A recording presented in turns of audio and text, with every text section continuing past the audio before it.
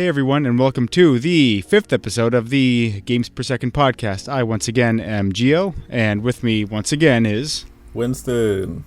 Hey! Welcome. We're going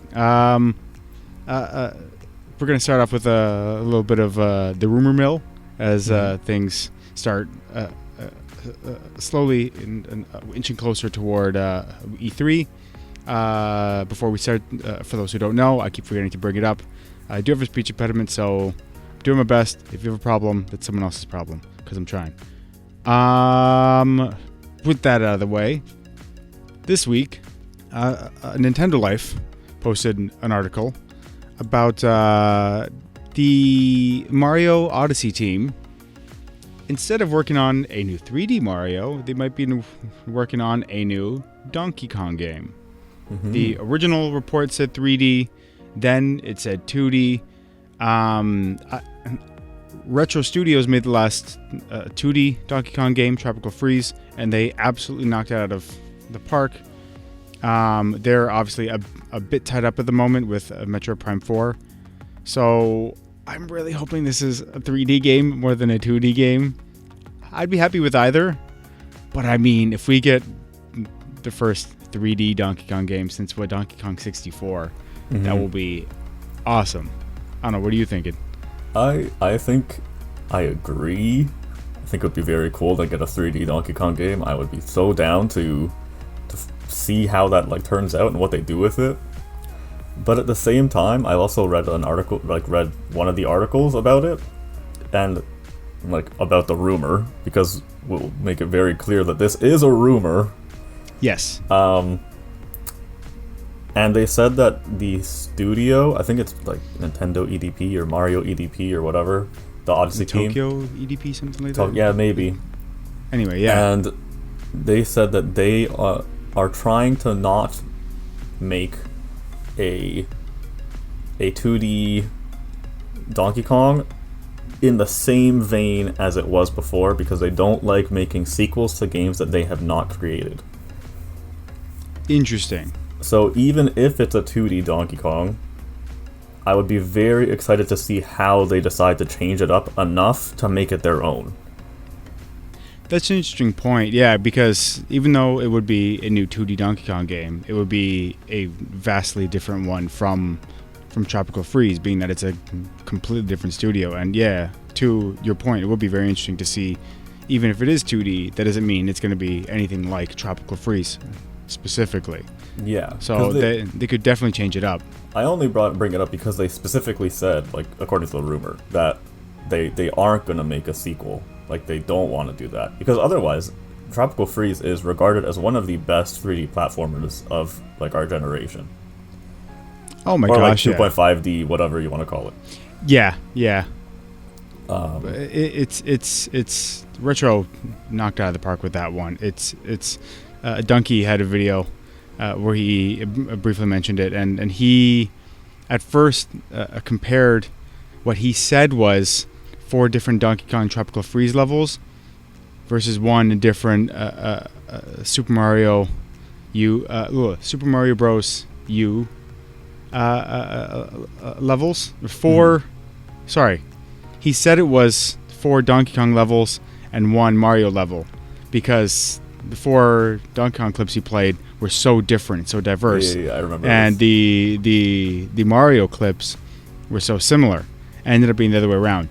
It ended up being 4 different Mario levels that all looked exactly the same, and 4 parts of one level in Tropical Freeze that looked so diverse and different.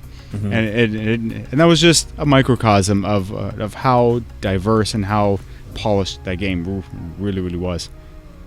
Such a good game. I've only played it in demos in a Best Buy, but so fun, and I probably will pick it up at some point, especially since we decided to go back, the both of us, and play Tropical Freeze. So sorry, not Tropical Freeze. Oh my goodness. Oh no. The original Donkey Kong Country on the SNES app game thing, you would call it, on whatever on Switch. The thing on Switch for Switch Online users. Yeah. For Switch Online users. Yeah, oh, it's such a good game. We've got to go back to it soon. Tropical Freeze, the only thing that's ever held me back from getting it on Switch is that price tag. I don't think it ever goes on sale. No. The moment it goes on sale, I'm picking it up. It's such a good game. Yeah. I don't own it though, but it's so good. So good. But yeah, in terms of this rumor though, I do. Oh man, if it were 3D, and they unveiled it at E3. Oh man, are you kidding me? It's so that would be so good. That would be so awesome. Oh, I know we said that we'd have like a dedicated E3 thing, and we'll probably bring that up. We'll probably bring this topic back up then. Yeah. When we do have that E3 prep. But if they bring a 3D Donkey Kong by the Odyssey team to E3, I don't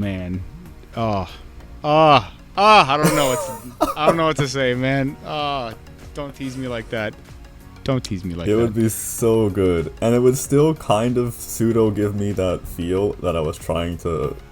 I want this E3 to have, of having like the big three of like they're gonna say, oh, Breath of the Wild 2, later this year, a Donkey Kong game, and here's some Metroid stuff in E3 today.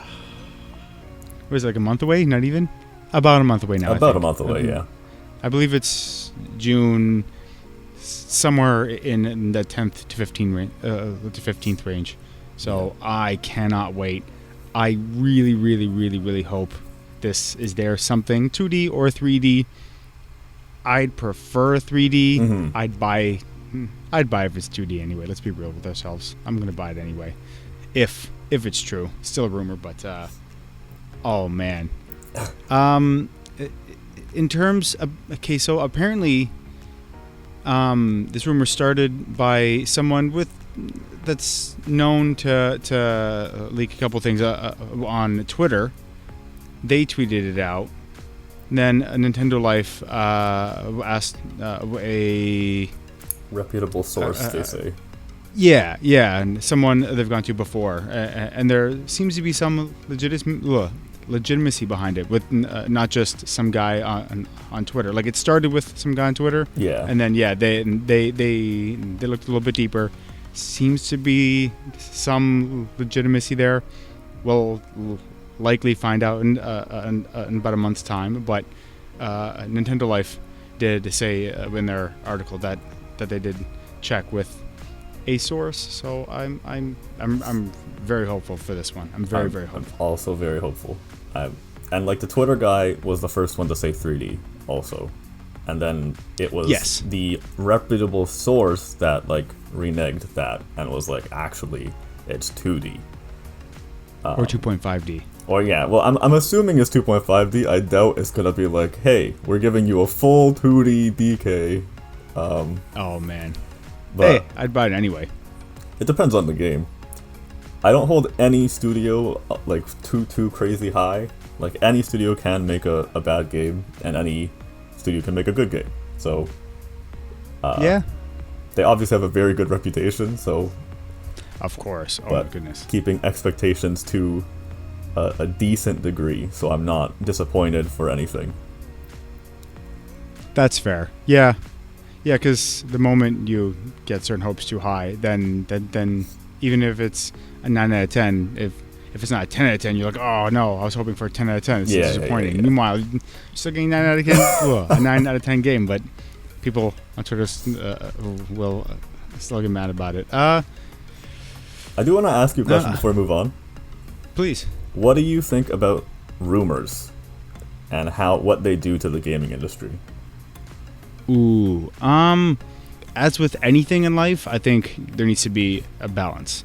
Mm-hmm. I think obviously there's some excitement that comes with it, some excitement talking to friends and trying to guess and looking stuff up. Oh, is this plausible? Is this not plausible? I heard this series might get revived. That would be so cool. So I think that stirring up some excitement is very, very good. I do think a lot of YouTubers and Twitter users do go too far, and like anything except Metro Prime 4 getting shadow dropped and being a 10 out of 10 at E3, and Breath of the Wild 2 being confirmed for next month. Anything outside of that, oh, it's a failure. This is a bad presentation because some guy said so on Twitter, so it must be true. So I do think there's a balance, because not having anything, going in blind is good, but like, I don't know, there is something exciting about trying to predict and trying to look up and trying to squeeze out as much information as possible from what they're giving us. But yeah, I do think some people do definitely take it too far. I don't know, what about you?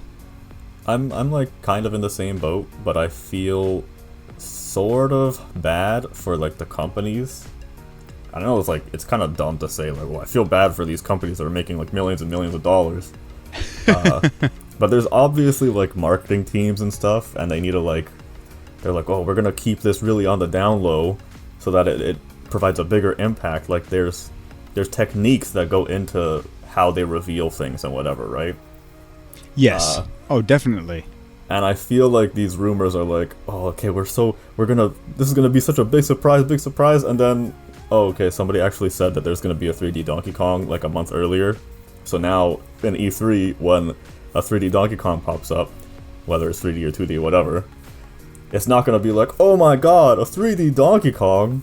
It's gonna be, oh yeah, that guy, he was right. He did say there was a 3D Donkey Kong.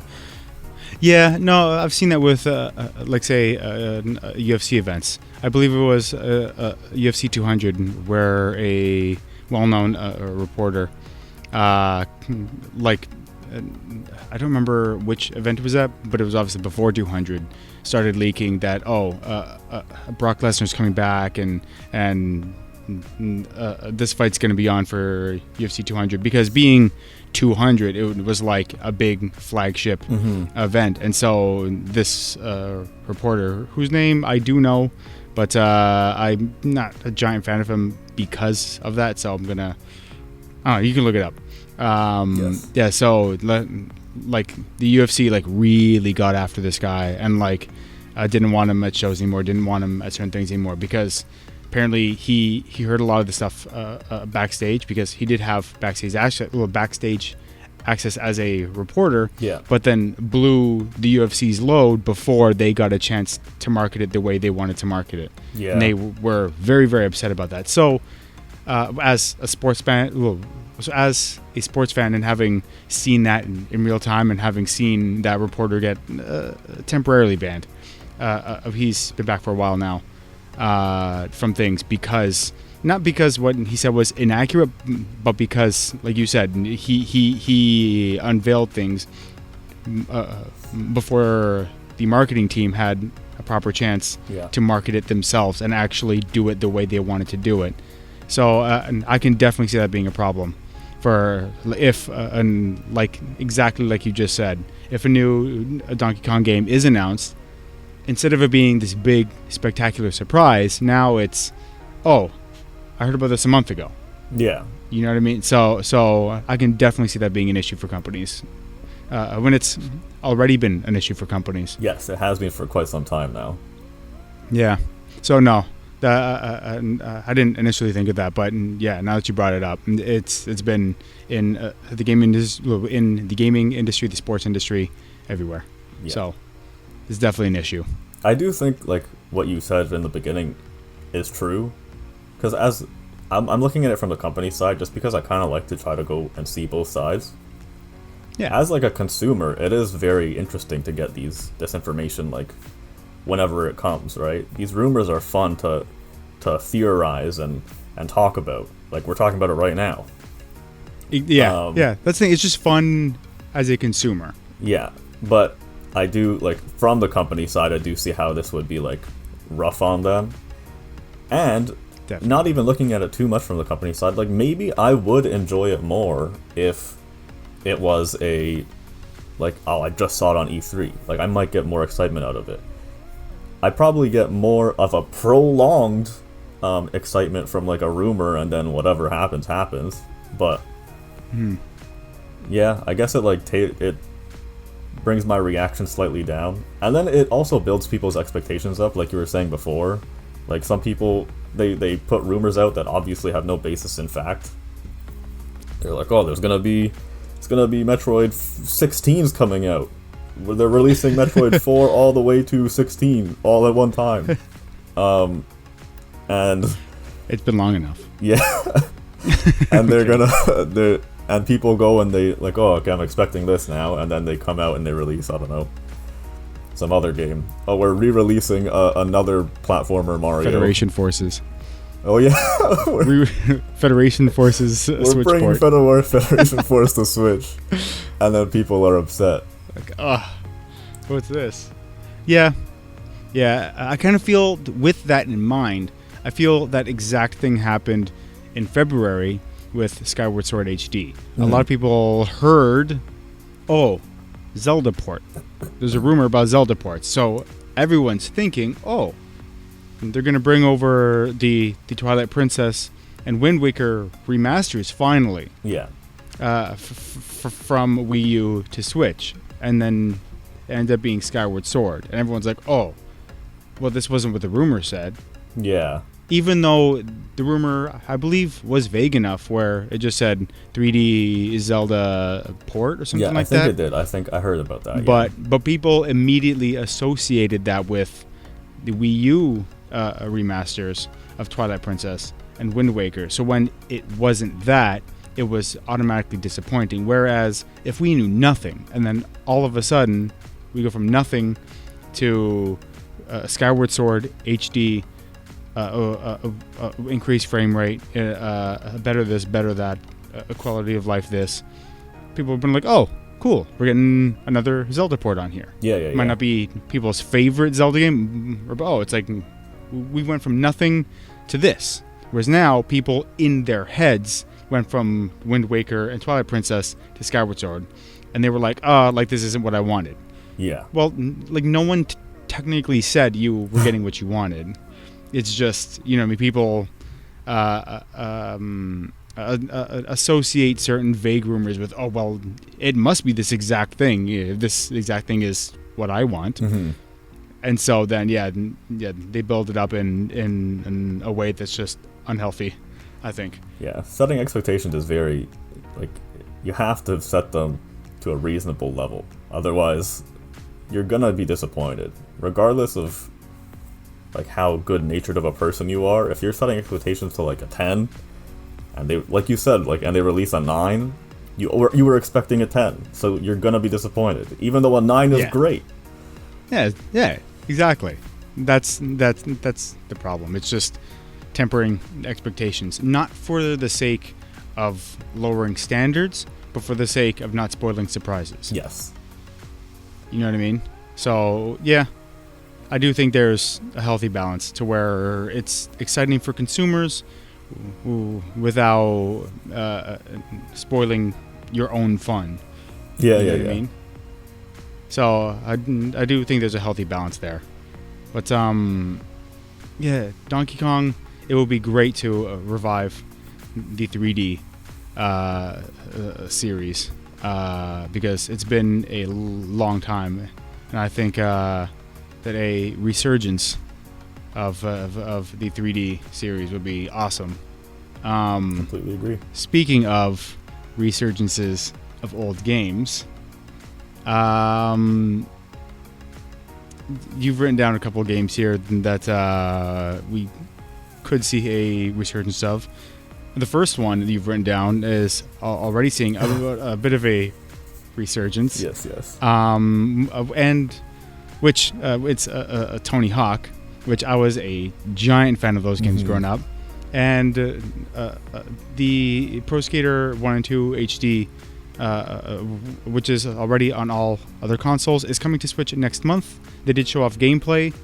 It is 30 FPS, but it looks really good in my opinion. I'm waiting for more, but if that frame rate can stick to 30 and the graphics look serviceable, I can see myself picking that up. But you've also written down F-Zero.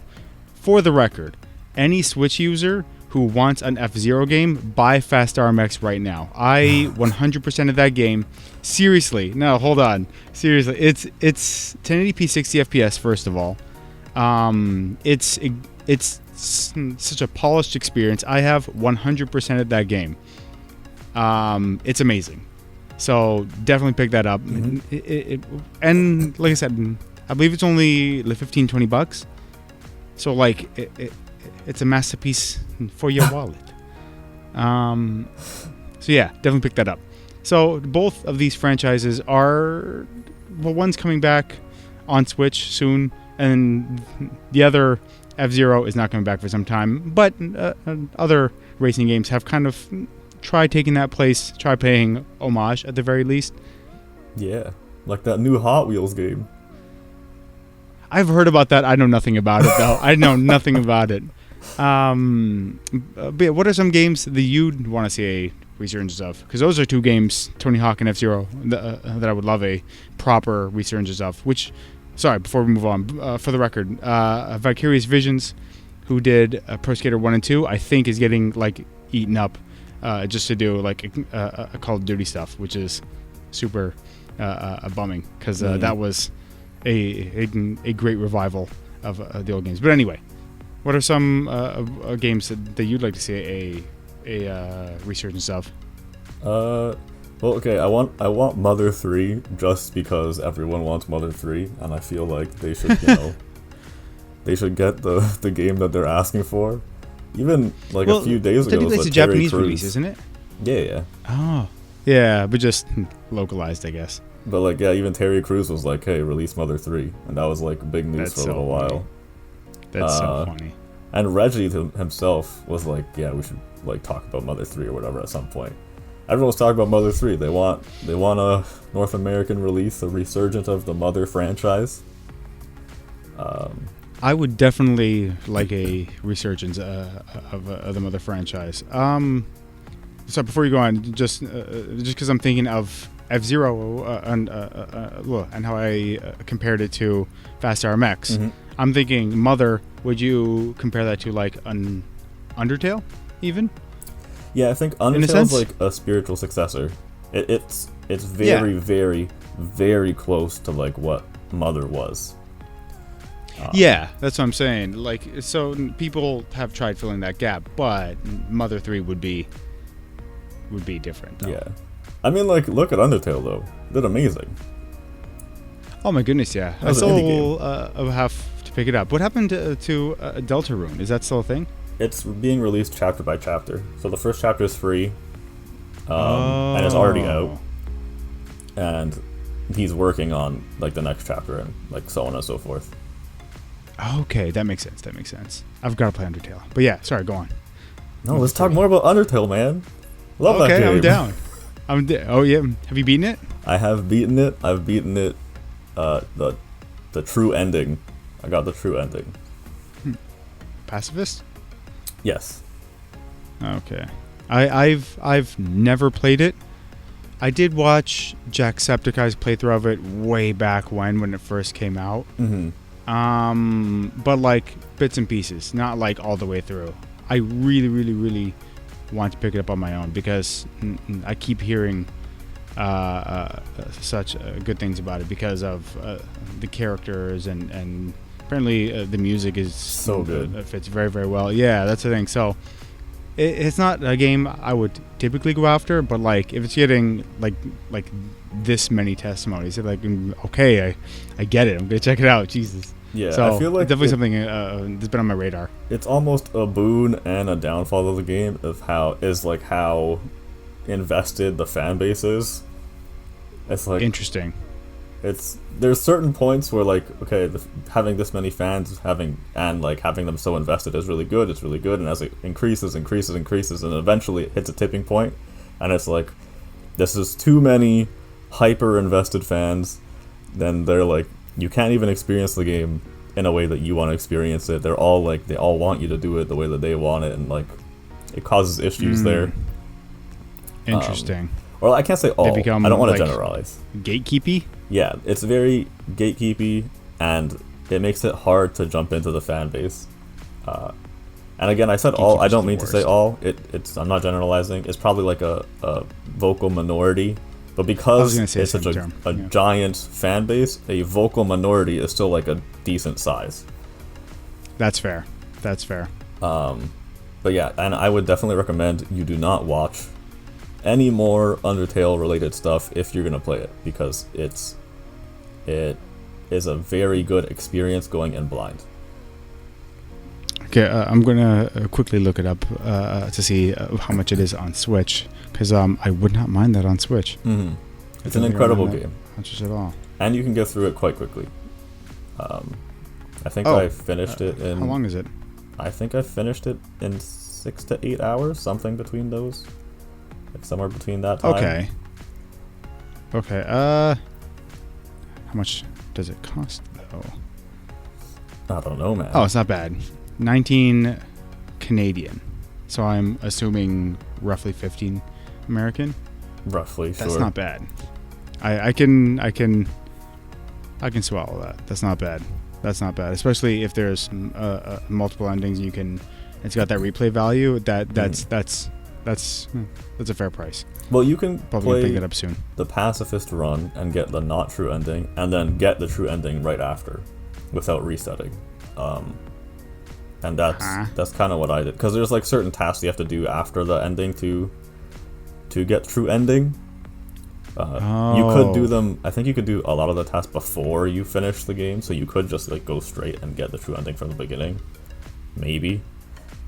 But yeah, interesting. Also, true ending is incredibly hard.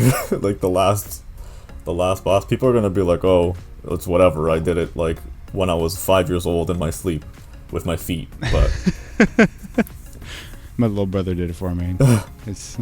I'm a blindfold on. But it's such a good game. It's one of the few like indie games that I could recommend to almost anybody. Ooh, interesting. I was gonna ask if it was a bit more niche, but I guess not. It's just the characters' music are that good. The characterization of everything is very interesting. So even if it's not entirely your thing, it's interesting enough to keep you invested. The way that they use the music sets the tone incredibly well. The story is interesting. It's there. It's there. It's good. It's a good story, but it's very. That's like one of the more niche parts of like the game. Okay. And the gameplay, super cool. Like the whole using your. I guess if you're on the Switch, you'd use like the thumbstick, but I played it on the computer. So you use like your mouse to move around and dodge things on the screen. Yes. When you're fighting. And the fact that you can do a pacifist run and not actually kill anything was very, very cool. Yeah, I was gonna say the fact that like going about it different ways actually nets different results is definitely cool. I like games like that. BioShock did that, where like the way you treated the little sisters and the way that you went about going that actually manifested in different I think it was 3 different endings, saving them all, killing them all, or a mix of both. Give you a different ending for each of those, which I thought was very, very cool.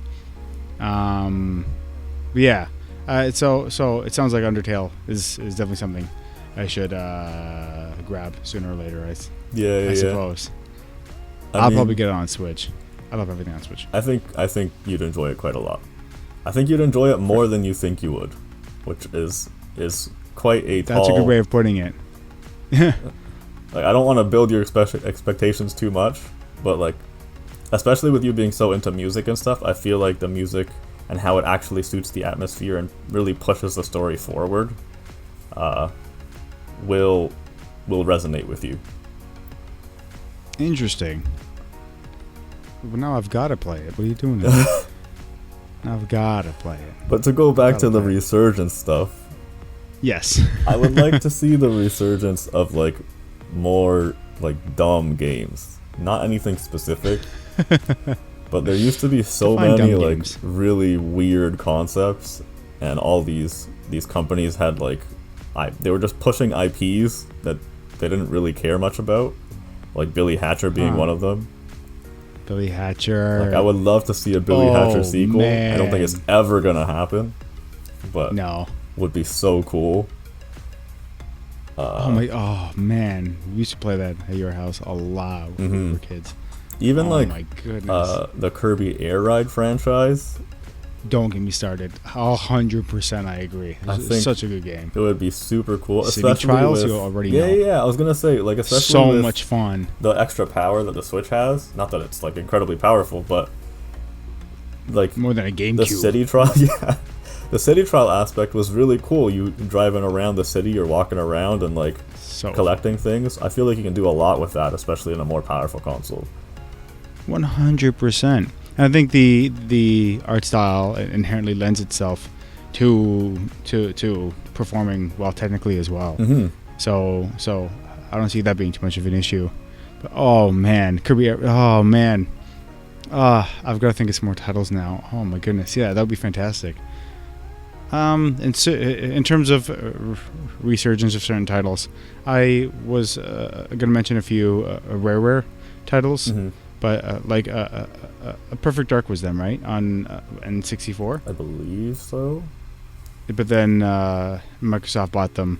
They tried Perfect Dark Zero on Xbox 360, and it just wasn't the same. A lot of what they did after Microsoft bought them just wasn't the same. Banjo-Kazooie was not the same. Yeah. A lot of things were not the same. So they tried, but like, that purchase kind of...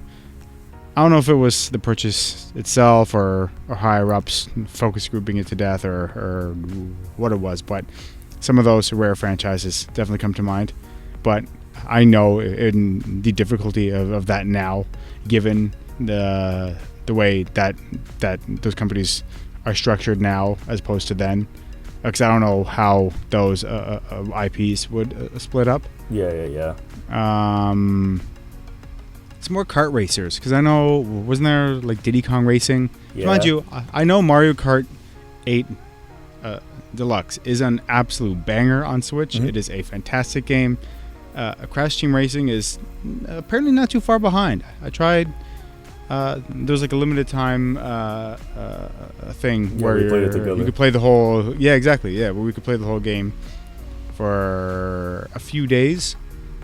And like, it's a very, very good game, but I do think Mario Kart 8 Deluxe is better. But again, with that in mind, back then you had so many more kart racers. I think a lot of them have kind of gotten swallowed by the fact Mario Kart took over the last 20 years, slowly but surely. So I think a few more of those kart racers will be awesome. Even if like they're not as good as Mario Kart Deluxe, if we could get more in the same vein as the aforementioned Crash Team Racing that got released recently, or a few years ago now. I think a few more on that level will be fantastic. Like a Diddy Kong Racing, like maybe there's a different franchise that could maybe spice it up and get its first kart racer. I can name one for you right now. Please do. On the Nintendo 64, I wanted Mario Kart, but instead of getting Mario Kart, you got Mario Kart at home. I got Mickey's Speedway USA. Huh?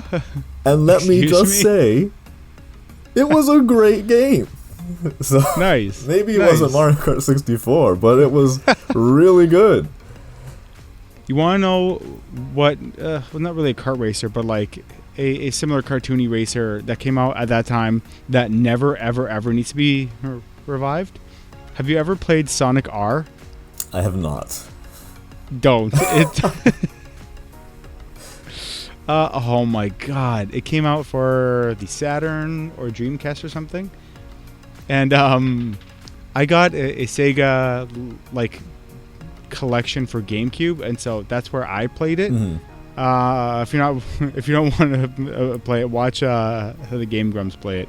It's hilarious. So basically, they thought, hey, Sonic, because like those people who who watch like Sonic Team Racing and are like, whoa, why is Sonic in a car if he can run fast anyway? Yeah. Sonic R is that game. Yeah. Where Sonic just runs. But it's so janky. It is so bad. Oh, man. The world spawns like 2 meters in front of you. The turning is atrocious. So that's a kart racer that never, ever, ever needs to come back.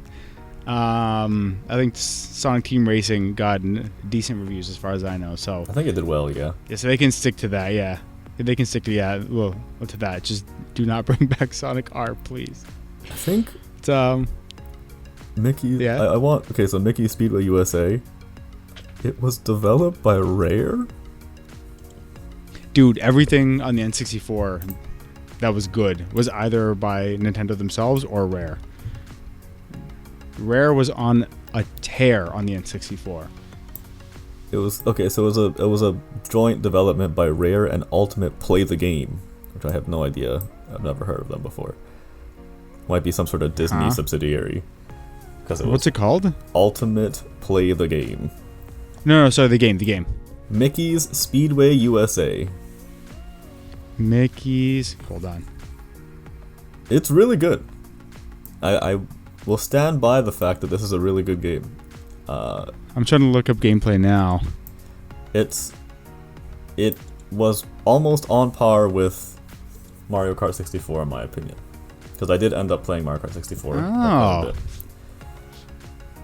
I'm looking at it right now. And it looks great, doesn't it? The animation, I will say, is probably better than Mario Kart 64. Yes, probably. The way that the cars are animated. Are those still 2D sprites the same way the Mario Kart 8? Sorry, the Mario Kart 64? Yeah, in Mario Kart 8, where they use 2D sprites. I corrected myself. Are those still 2D sprites, though? It might be. I know Mario Kart 64 had 2D sprites, but the animation work in Mickey's Speedway USA is really clean. It's probably because it's a Disney thing, so they had to push for the animation to be a specific way. I can almost guarantee that Disney was like, listen, you can make this game, but we need it to be as true to form of the animation as we can make it. Interesting, yeah, because Disney isn't traditionally a video game company. They were an animation company, so I guess it makes sense for the animation to be as top-notch as possible. Huh. And it looks really smooth. Dude, such a good game. Because of that. Yeah, seriously, I don't know.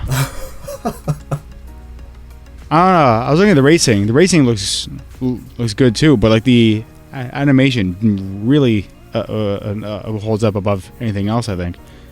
It's great. I would love to see a resurgence. I feel like a resurgence would be horrible, actually.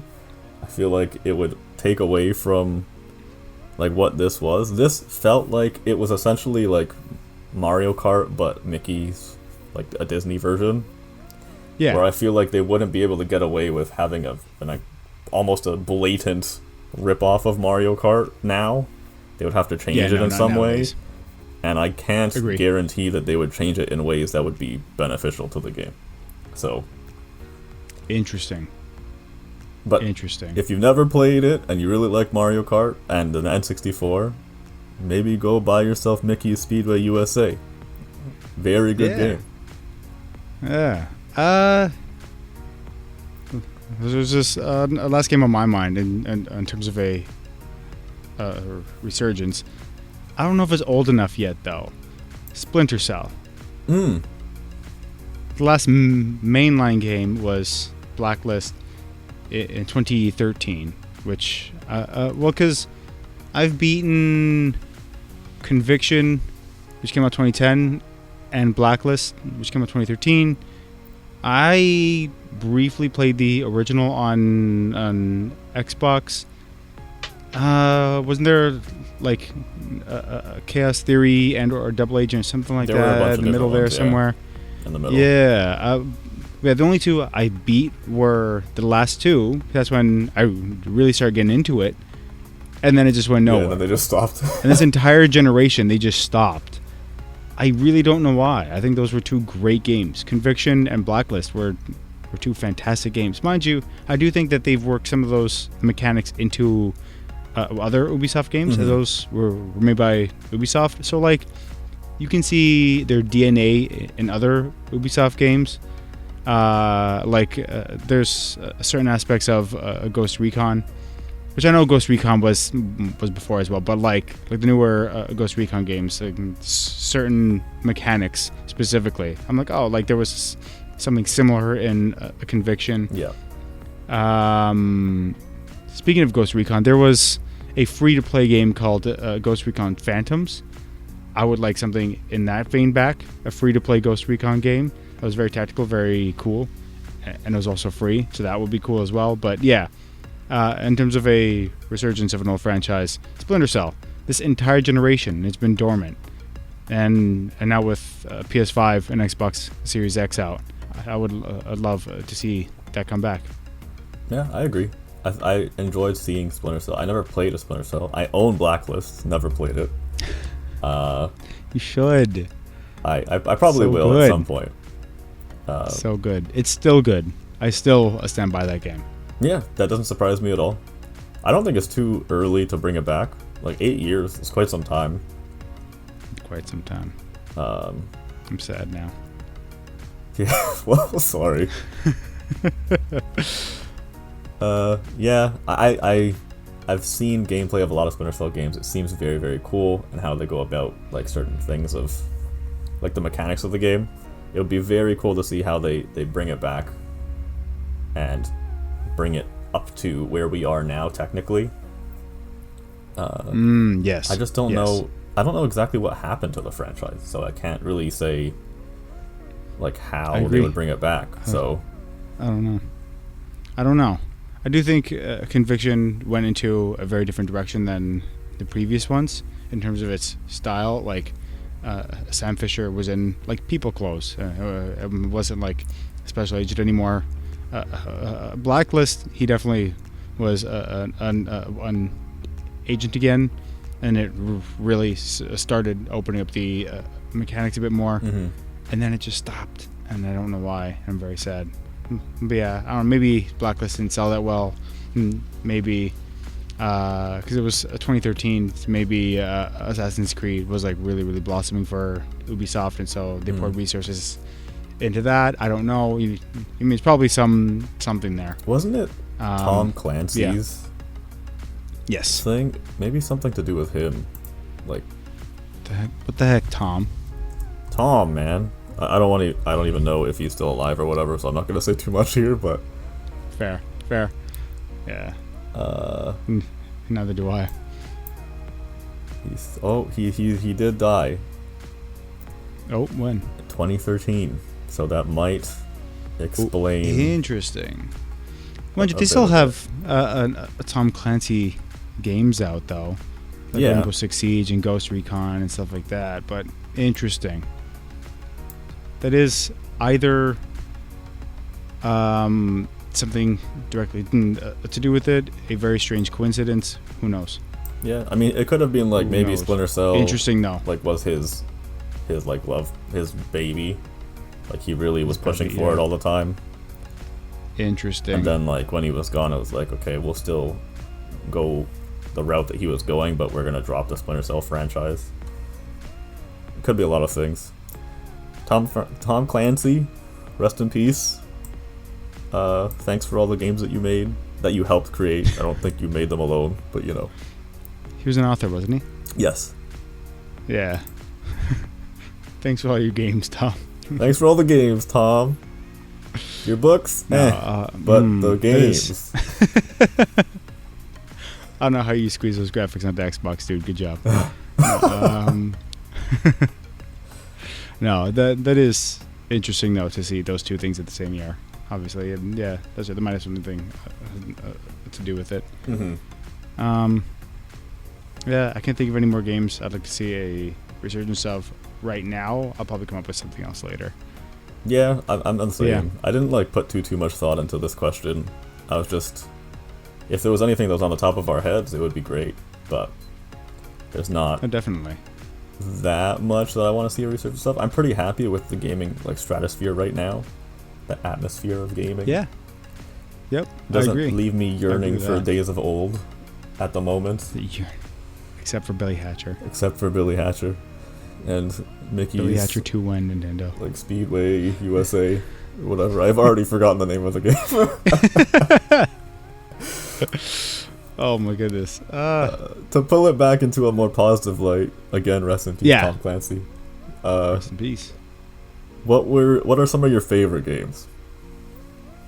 Some of my favorite games, like currently of this generation of all time, games that I think are objectively the best, or maybe the ones I got the most playtime out of. Like, what's the criteria here? I think you can extrapolate that question however you like, and I will follow suit with however you answer.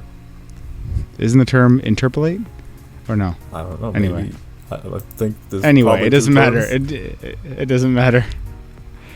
Oh man, I mean, you know my love for Metroid Prime 1 specifically. I love the trilogy, but something about Metroid Prime 1 was just special. Something about it is just special. I don't know. The soundtrack just hit different. The world just, it kept getting changed up on me. I mean, you start off after the intro on like this like rainy setting in the Talon overworld. Then it goes to this super like brown and deserty Choza ruins. Then from there is the Fendrana Drifts after that, which is like a snowy area. And you got the Magmore Caverns, which is, well, a bunch of magma everywhere, and it just, I don't know, each locale was so distinct from the last. The mechanics came together very, very well, despite being a first-person shooter with only one true analog stick on the GameCube. The 60 FPS on original GameCube hardware really makes it super replayable even to this day. So Metroid Prime 1 is definitely up there on my list of top 3 games of all time. Always will be.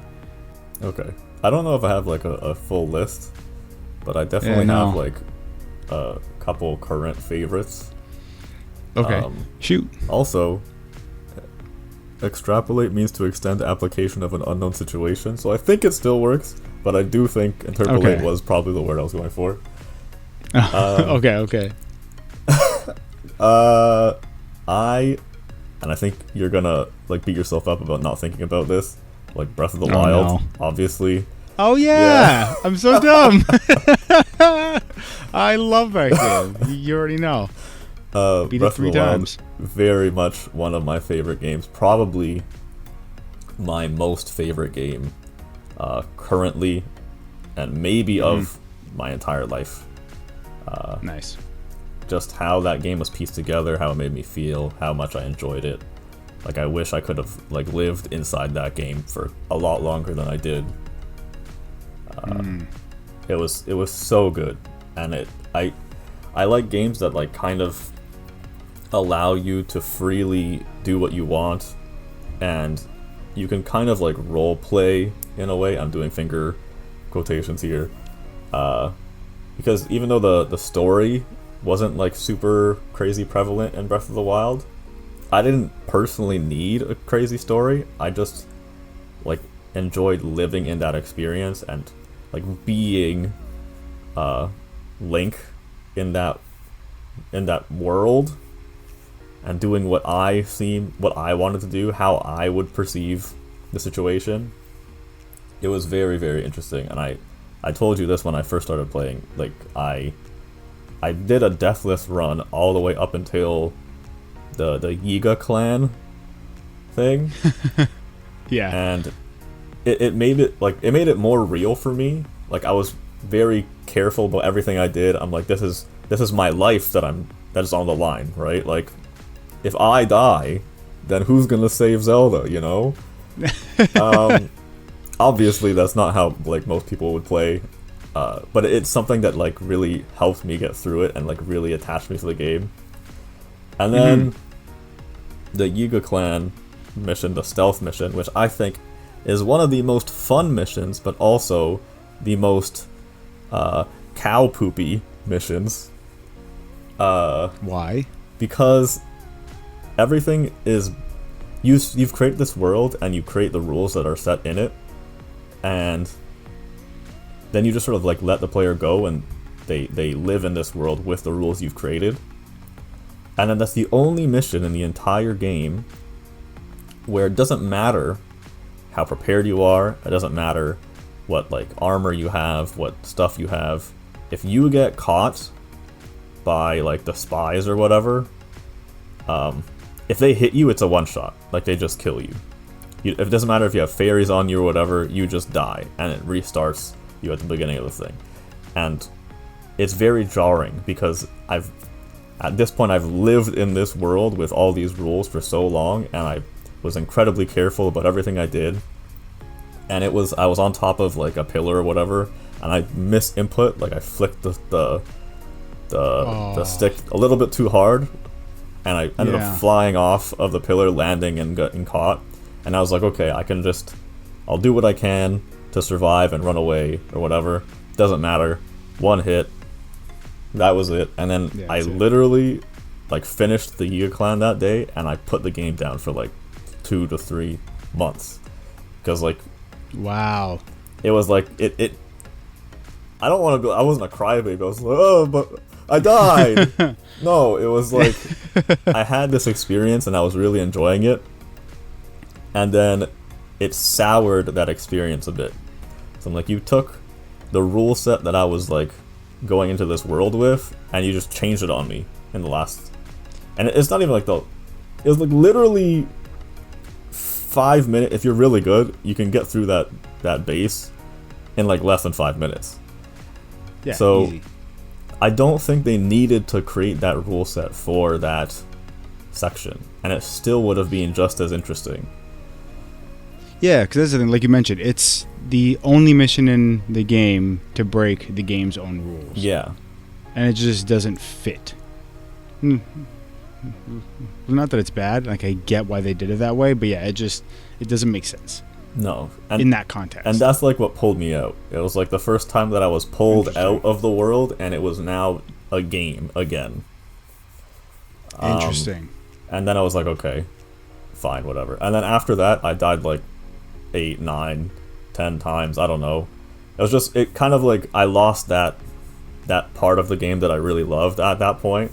I still love the game, like to an extreme degree. Yeah. But at that one mission, it lost me a little bit. That's fair. As for me, I played it differently. I probably died a million times before that mission. I was just having fun. Because one thing that game does that other games don't is because I look at it like we're comparing it to Minecraft and then Assassin's Creed and Grand Theft Auto. Assassin's Creed and Grand Theft Auto are an open world that have an end game, but neither benefit from being open world. You have to go to a specific spot to progress the story. Every other direction is the wrong direction. Minecraft, on the other hand, and I know there's an end game, but like not in the same sense as a Zelda title. Minecraft does benefit from being open world. Its core gameplay loop does support. Sorry, the open world does actively support the game's core gameplay loop. But the end game, and I know that there is an end game, isn't nearly as prevalent as even Assassin's Creed or Grand Theft Auto. Yeah. Zelda, Breath of the Wild, specifically married those two ideas in a way that was so special, in which it doesn't matter which direction you're going in Breath of the Wild, you're always going the right direction. There's always going to be a shrine, there's always going to be a Korok seed, there's always going to be a new a small town for you to interact with. Maybe it's a secret thing that like or something like Terrytown, for example, where it's not a story beat, but it's a side quest thing. Then it's other rewards, like the one guy who you can buy irreplaceable items back from. Maybe it's Rito Village, in which it actually progresses the story more. Right, whatever it is, every direction is the right direction, and on top of that, everything you do never feels pointless. Every spirit orb you get from every single shrine is going to go toward more health or more stamina, which is going to make that final fight with Ganondorf that much easier, or going to make you that much more prepared for it. So like everything you do is in preparation for the end game, and every direction you go in, any direction that you go in, helps you in that endeavor. And it was the first game that I can think of that really married those two ideas of having a world that actually benefits its core loop, and also tying that into its own end game. Yeah, and I think that's what makes Breath of the Wild so special, in my opinion, for me. No, I think you've hit like the nail on the head, where it really, like, that's kind of what I was getting at as well. Like, it creates this world that's just, it's like the perfect like chunk of world that you need it to be to really feel like you're a part of the experience. No matter which way you go, like everyone's affected by Calamity Ganon. Like, they're all talking about it, whatever. You can see how things, you can see ruins and stuff in the area. You're like, this used to be like a thriving village or whatever. Now it's just a bunch of bricks, and now there's like a giant like metal guardian running after me or whatever. It did things so well, and we could talk about Breath of the Wild forever. And I do feel like we should talk about Breath of the Wild forever, but maybe on its own another day podcast. But yeah, it's such a good game, and that's why it's one of my favorites. Which is why I'm also surprised that you didn't bring it up in the beginning, because we've talked about it being your favorite game like quite a few times. My bad. So one thing that I also want to quickly bring up about that game is that once you're done the tutorial part of the Great Plateau, the game shows you, okay, here's where Ganon is, here's where what's her name in Kakariko Village? Impa. Here's Impa. Here's Calamity Ganon. Yeah. Here's the world. You can go to whichever direction. And also, even if you choose to go to Impa, which, again, it's your choice, she tells you where all four divine beasts are all at one time. She didn't tell you which one to go to. She doesn't even say the chapter to go to it. It's all your choice. It's all the player's choice. That's another key element of that game. Yeah, because it was not... It's like I was saying, it was not a game. They literally dropped you into a living world, and I was like, just do you, do whatever you feel is right, kind of thing. Oh, I'm gonna replay that game soon. Before E3, or I'm gonna start it again before E3. I'm getting rid of my save file, buying the DLC, and just replaying it. Such a good time. The DLC. Oh man, I'm definitely gonna do that. But anyway, yeah. Yeah. I mean, and okay, just to get past this. So we're Breath of the Wild, one of my favorite games for sure. I've talked about it before. Animal Crossing, easily one of my top favorite games. GameCube? I'm just the Animal Crossing series as a whole. I'm excited every single time it happens. Even like lazier Animal Crossing games like City Folk, I still got enjoyment out of it. It was not as good as any of the other Animal Crossing games I played, including New Horizons, but it was an Animal Crossing game, and I was happy to have it. Nice. And then again in the same vein, like no specific Smash Brothers, but like just Smash Brothers as a whole. I feel like Ultimate is an incredible game, and it continues to grow to be even more incredible with every single edition. Agree. And the 64 version will always have a special place in my heart. Nice. But yeah, just that entire series, like the series of games is one of my favorite series. Same with Animal Crossing. and then Breath of the Wild is more of a standalone because although I enjoyed the Zelda games before it is not the same. So it's so vastly different from the previous ones in the best possible ways. Yeah. Again, not that the other ones are bad in any way, but it's just it changed so much that like it's hardly the same like shtick anymore. Yeah, none of them are bad. Not even the ones that people think are bad were bad. Not even Skyward Sword. Yeah, I didn't want to say the specific name, but yes. I did. It's probably the weakest one, but like the weakest Zelda is like still better than most games, to be fair. Yeah, no bad games there. But have you ever played a really bad game? And what's the worst game you've ever played? I already mentioned it, Sonic R. No, that game is legitimately pretty bad. The worst game I've ever played? Honestly, top of my head, Sonic R is right now gotta be the one. It's so jank. It's so janky. I mean, seriously. So yeah, Sonic R is up there. I don't know.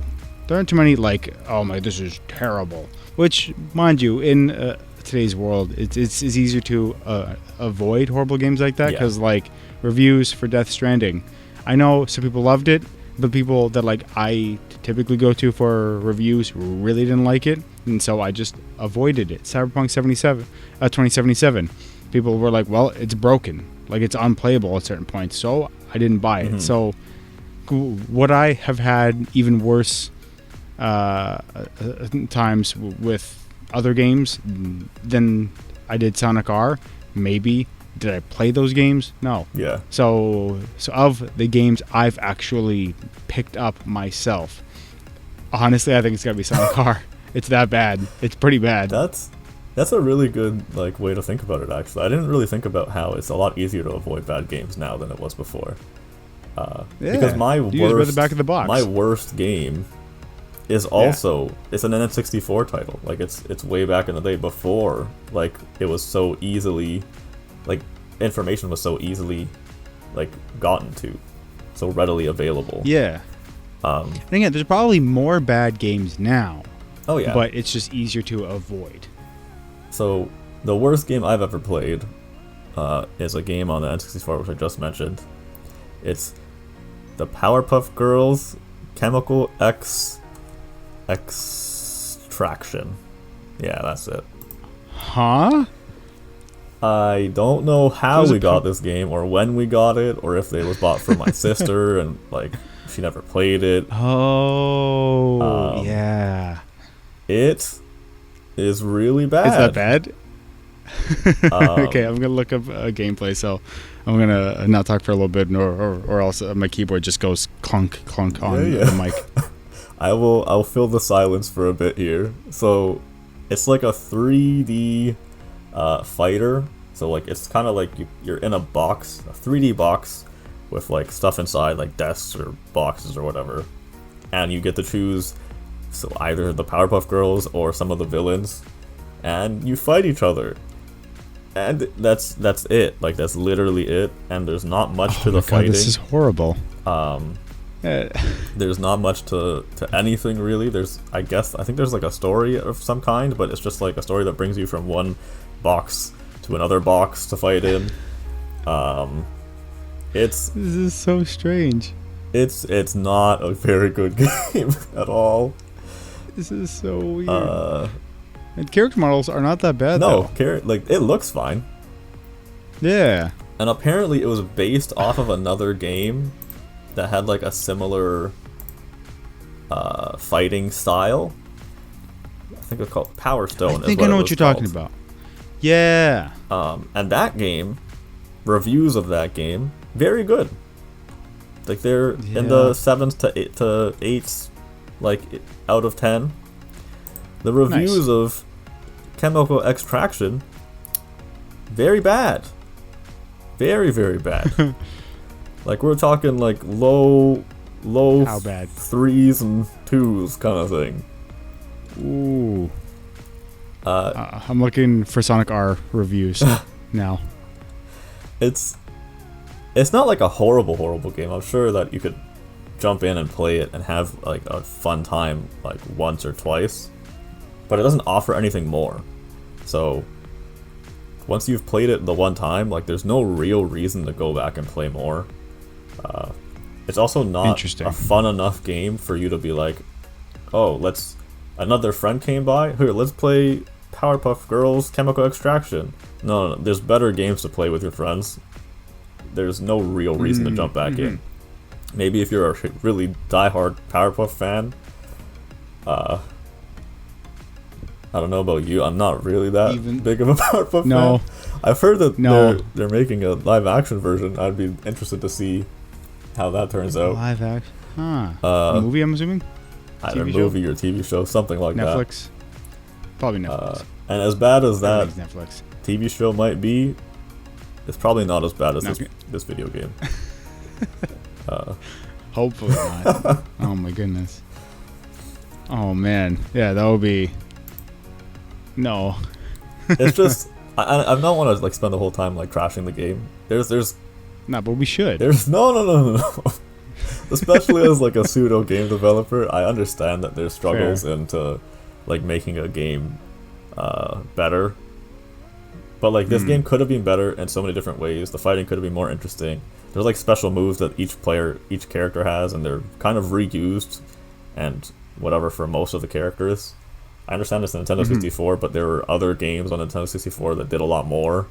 So you can't just say like the technical aspects were holding it back. It was just like it was a lazy adaptation, and it was only based on the fact that it was a Powerpuff Girls game. Fair. It could have been a lot better. There could have been better story beats. There could have been better environments. Everything could have been so much better. I don't want to say it's an incredibly bad game overall, but it's definitely the worst game I've ever played. It'd be like that sometimes. It really do be like that sometimes. Before we go trashing too many games too much, except Sonic R, you can bash out as much as you want. Do you have any recommended speed runs? Let's start winding down, I think. Let's start to wind down. That's a good. I'm actually excited about the wind down today. I've got some good stuff. Oh, excuse me. Okay, so recommended speed run. Bug Snacks, any percent run.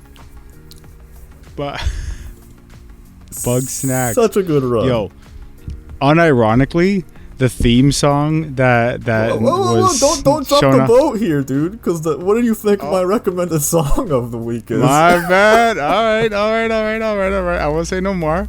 We'll get to it later. My bad. I didn't know. Anyway, I didn't know. Yeah. It's a really good speed run. The person in first place for the 90% right now is a dude called Adio. He's from Norway. His run is interesting to watch. He talks about like speedrunning and how he enjoys it and why people don't enjoy it during the run. It's quite cool. If you're not like super into speedrunning itself, IGN has developers react to the 15-minute speedrun of Bug Snacks. The developers of Bug Snacks are very funny and very cool. It's a very good watch. So it might be more digestible in that way. They also explain how like certain things are broken, how they knew that certain things were broken, but they didn't like really fix the right things to fix it totally. And they also explain that it doesn't break the game in a way that a normal average player would like find it and go do all these crazy things. So they said that they probably aren't going to fix these broken things because why would they? Yeah. Actually, now that you mention a developer's react, that reminds me of a speedrun I watched a bit ago. It's from last year of Doom Eternal, a developer's react. And again, it was on any percent speedrun, and the person was playing on PC. And so they found a room by glitching through a bunch of stuff that the developers put there so they could jump to any level at any point in the game. So like every level has like a special room where you can walk over a tile and jump to a different level. But instead of removing in the final game, they just completely blocked it off, except from the ceiling. They did not block it off from the ceiling because they were like, oh, okay, like how are you supposed to get in from the ceiling? People got in from the ceiling. And so in like the second or third level, there's like a way to, specifically on mouse and keyboard, I think there's a way that if like you jump off a certain thing and I don't know, it was absolutely crazy to watch. But yeah, they ended up going flying. As I can't recall if it had anything to do with rocket jumping, but I do know that id Software games starting in Quake 1 either intentionally or back then unintentionally had rocket jumping. Mm-hmm. So I can't remember if it had anything to do with that or not. But yeah, so they found a way to like fly across the map and get into this secret room from the ceiling. It's the only way to enter it, technically, because they blocked off, thinking no one's gonna get here. Yeah. It's a very and good. So, I watched it as yeah, well. It's very good, fun to watch. It's so funny. But so yeah, Doom Eternal. Specifically, the developers React one, not necessarily the fastest speed run, just because it's fun to watch developers witness people breaking their game. Mm-hmm. Something about it is so amusing. I think it's a great series. 100% agreed. Yeah. Want to move on to the let's do video game song recommendation. Kind of spoiled yours. You go first. Okay. it's kind of bug and kind of snacks. It's Bug Snacks. That's the title of the track. It's Bug Snacks with an exclamation point. The artist is something Bonito, yes, isn't it? Cara Bonito. They're Cara Bonito. a London. I was gonna say British, yeah.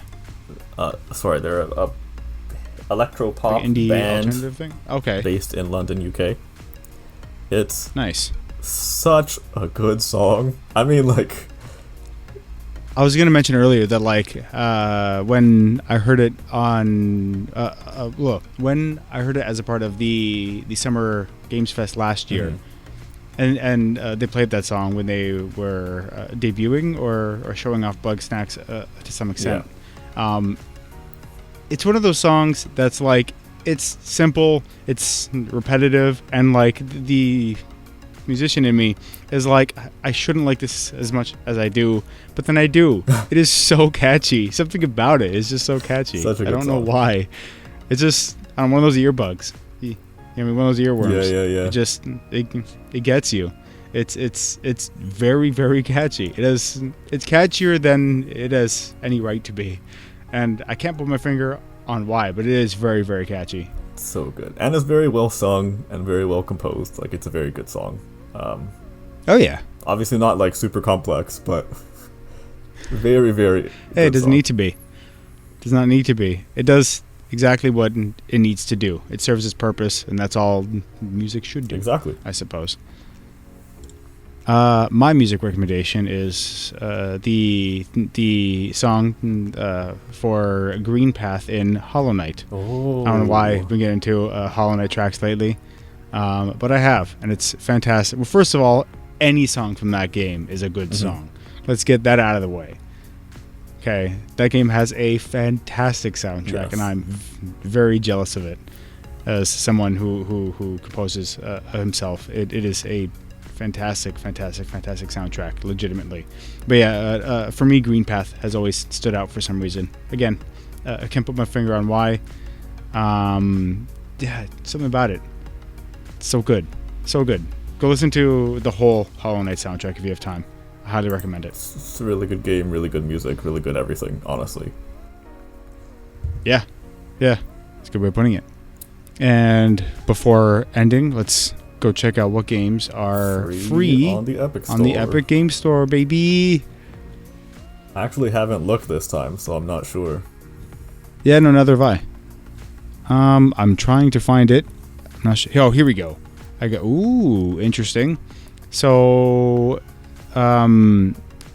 as of today, as we mentioned last week, the Lions song is free starting today until May 20th at 11 a.m. I believe that's Eastern Standard Time. Eastern Daylight Savings Time, I believe. But May 20th. But this week, it says that next week's free game is a mystery. It does not say. So I'm hoping it's a bit of a bigger boy. Well, I'm hoping it's Bugsnax.